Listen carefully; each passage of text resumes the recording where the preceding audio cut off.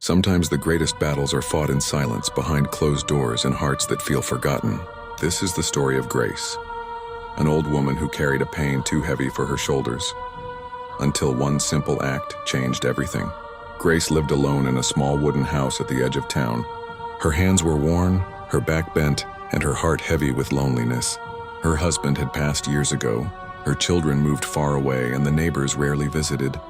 Every morning she would sit by the window with her Bible, whispering the same prayer, "Lord, and don't let me be forgotten." But the silence of the house often answered back. One cold winter evening, her granddaughter Lily came to visit. She was full of laughter, full of life, carrying dreams that stretched beyond the horizon. "Grandma," Lily said with a smile, "I got a scholarship. I'll be leaving for the city soon." Grace forced a smile, but her heart trembled. She was proud of Lily, yet the thought of being left alone once more pierced her soul. That night, Grace sat with her Bible open but could barely see the words through her tears. She whispered, "God, am I of any use anymore? Or have my days of meaning already passed?" Her eyes fell on a verse she had underlined years ago, Isaiah 46:4. "Even to your old age and gray hairs, I am He. I am He who will sustain you." She closed her eyes.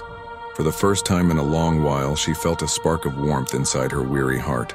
The next morning, Lily found her grandma in the kitchen, humming an old hymn while making breakfast. "Grandma, you seem different," Lily said. Grace smiled. "My child, I may be old, but the Lord reminded me that as long as I have breath, I still have purpose." Instead of sinking into loneliness, Grace began to pour her love into Lily.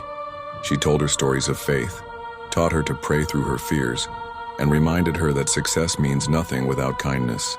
When Lily finally left for the city, she carried not just her dreams, but also her grandmother's lessons stitched deep into her heart. Years later, Lily returned as a young woman, standing tall before her grandma's chair.